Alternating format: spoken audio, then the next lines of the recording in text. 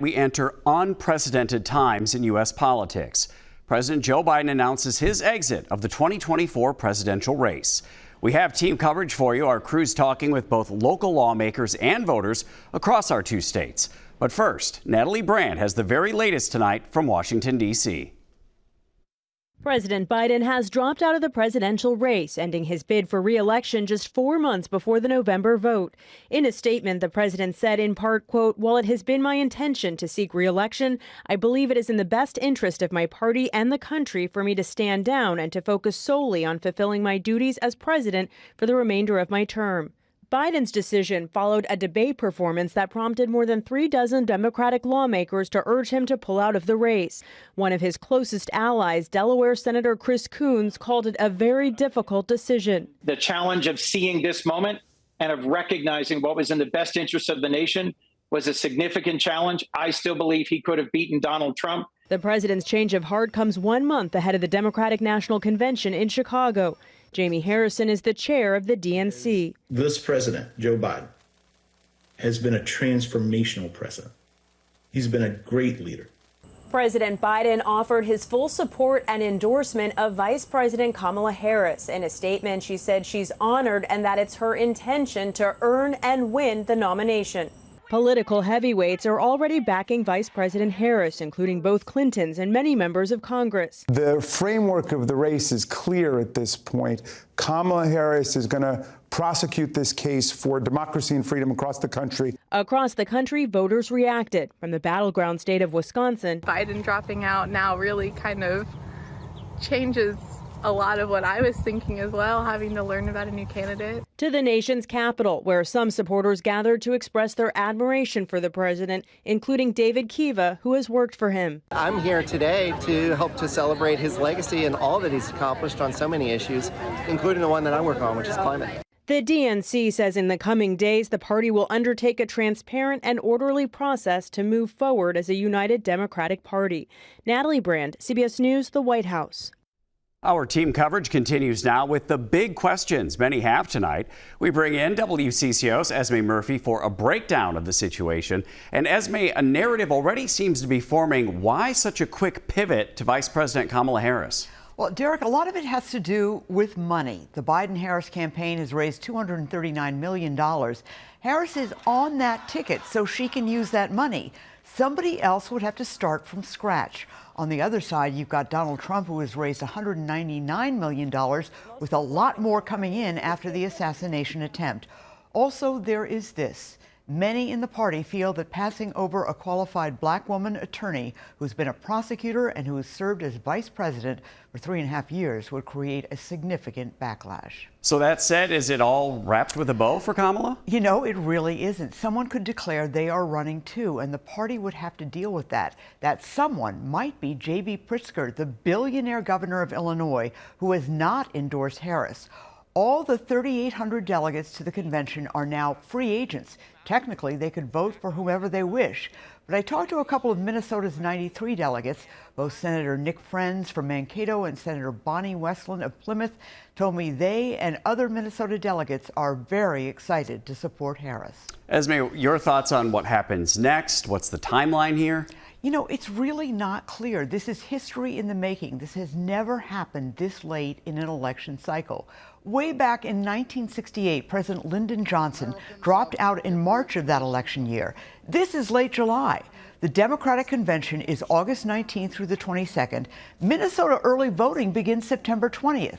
Senator Amy Klobuchar says Democrats cannot begin fighting amongst themselves if they want to win. I asked her if she thinks this can be turned around in a short time.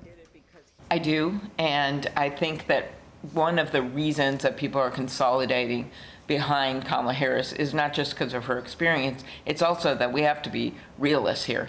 You can't just look at the rearview mirror and say who said what and why did this happen and what happened then. I mean, it is time to move forward united as a party. So that's the first thing. I think the second is the choice for vice president. It's going to be a little bit of a speed dating situation. And of course, she knows most of these leaders already. Democratic heads are literally still spinning tonight. Almost no one got advance notice of this, including Senator Klobuchar and even top Biden officials.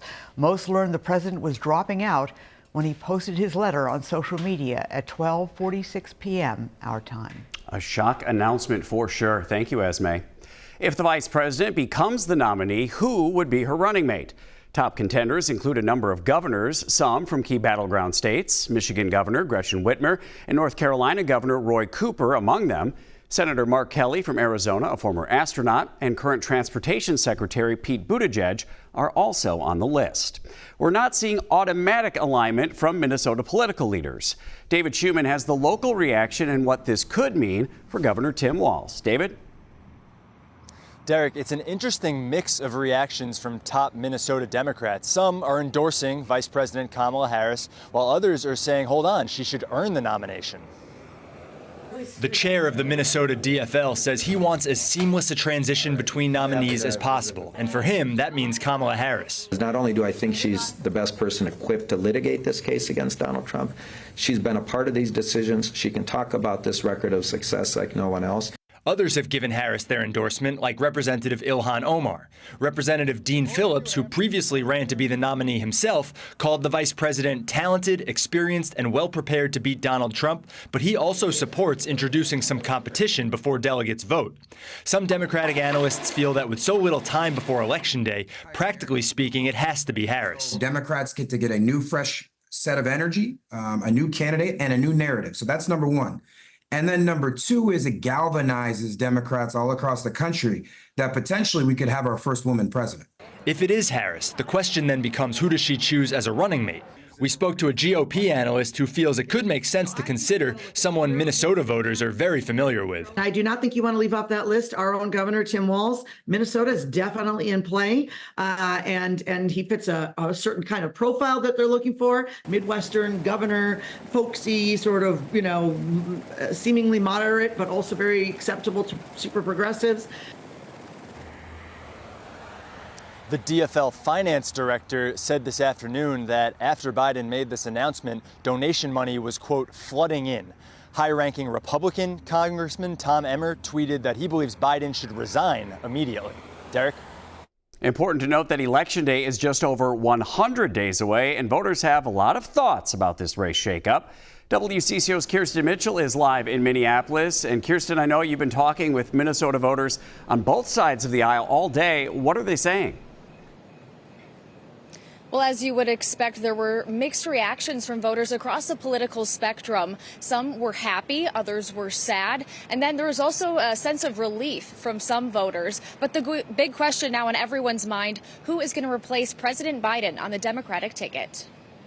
We talked with Minnesota voters from cities and suburbs. We heard many different viewpoints, but all agree President Biden stepping down from the race was no surprise. It's time to say goodbye. I was glad that he finally made the decision. I believe that he made a correct call. He's had a long career. He deserves rest now. Some Democratic voters in Minneapolis are interested in hearing what Vice President Kamala Harris could bring to the table. I'd definitely be interested to see a debate between Kamala and Trump. But all were open to someone else entirely. If anything, Elizabeth Warren, 2024. I'd like to hear some more from Kennedy and from Harris. Maybe the California governor. I don't really want to see anyone on that ticket because anyone that's already in the political sphere because they couldn't hold a candle to Trump, I don't think. I wish third-party candidates had a little more ground to stand on. I think the two-party system that's happening in this country is it's not conducive to the diversity of opinion. Some Republican voters in Anoka say regardless of who's on the Democratic ticket, their vote is still going to former President Donald Trump. Definitely be voting for Trump. Doesn't affect my vote. No. But it could affect how our country turns out. With Election Day now just months away, undecided voters are waiting to see how it shakes out. On some issues, I waver. I'm very liberal, and on some issues, I'm very conservative. And so I really haven't decided who I was going to vote for yet. Now it's kind of up in the air. I think it's going to make it very interesting. Yeah, very interesting race now. And that was a phrase I heard from so many voters. It's going to be interesting. You could tell there's kind of this renewed sense of interest in this race and also excitement, too, Derek. So we'll see what happens. And whichever candidate emerges as the Democratic nominee for president, he or she will most likely have to win the critical swing state of Wisconsin. Jonah Kaplan has been speaking with voters and Democratic delegates there. Jonah, some interesting developments tonight. Derek, there was an emergency meeting tonight among the delegates for the Wisconsin Democratic Party. These are the 95 people that are going to be going to Chicago. Their votes had been pledged to President Biden. They are now going to be voting tomorrow on whether or not to pledge all of those votes, those delegates, to Vice President Harris as the nominee. And then they're saying August 1st, that week is going to be a vote of the actual delegates. So as momentous as today was, there's still a lot of momentum yet to gain as we move forward. Wisconsin voters have historically picked the winners, 4 for 4 in the last 4 presidential elections. Some voters we spoke with, though, frustrated they won't even have a chance to pick the Democratic candidate now. If they were going to give the people a choice, they should have did this like 4 months ago. They just kind of denied everybody the opportunity in the primary. Is there anyone that the Democrats can nominate that would re-earn your trust? And if so, who would that be? I would say Senator Manchin, because the fact he's very centrist, kind of represents more of the majority of the people rather than one extreme. Wisconsin Senator Tammy Baldwin following President Biden's endorsement of Vice President Kamala Harris. Democratic voters Ted and Maureen Wegleitner are fine with that. I think people don't realize how strong she is, and I think she's come a long way in the last couple of years, and I think she can really hold her own, and she can be a really strong president for our country. For Republicans, it may not matter who's up against former President Trump. I think I'm a little stuck in the last 4 years. Probably take a while to get over. Wisconsin Democrats have 95 delegates that were committed to Biden, not anymore. John Krizek is one of them. He says he's well aware of how much his vote matters. The Clintons, former president, Secretary Clinton, have endorsed the vice president. Is that enough for you, or do you want to see an open process? I want to see an open process. I also want to see more endorsements. I haven't seen Obama make an endorsement yet. That's important to me because I voted for Obama. I believed in him. As a delegate, you want to make a choice. You want this to be competitive. Yes. Yes, it has to be competitive because then we will be challenged in fire and bring about the very best. And that's what it takes. You know, all week, of course, starting with the Republican National Convention, which was here in Wisconsin, and now today, everything has been about personalities, and now which personality, which person is going to fill the top of that Democratic ticket. But ultimately, after speaking with voters, it could come down to the issues, the economy, immigration, education, maybe it's women's reproductive rights, all of these things, Derek. And by the way, yes, we just had the RNC in Wisconsin. Wisconsin will be back in the national spotlight Tuesday because Vice President Harris will be in Milwaukee. All right, some great insights there. Thank you, Jonah. We have continuing coverage of this fluid story on air beginning again tomorrow at 5 a.m. and online at WCCO.com.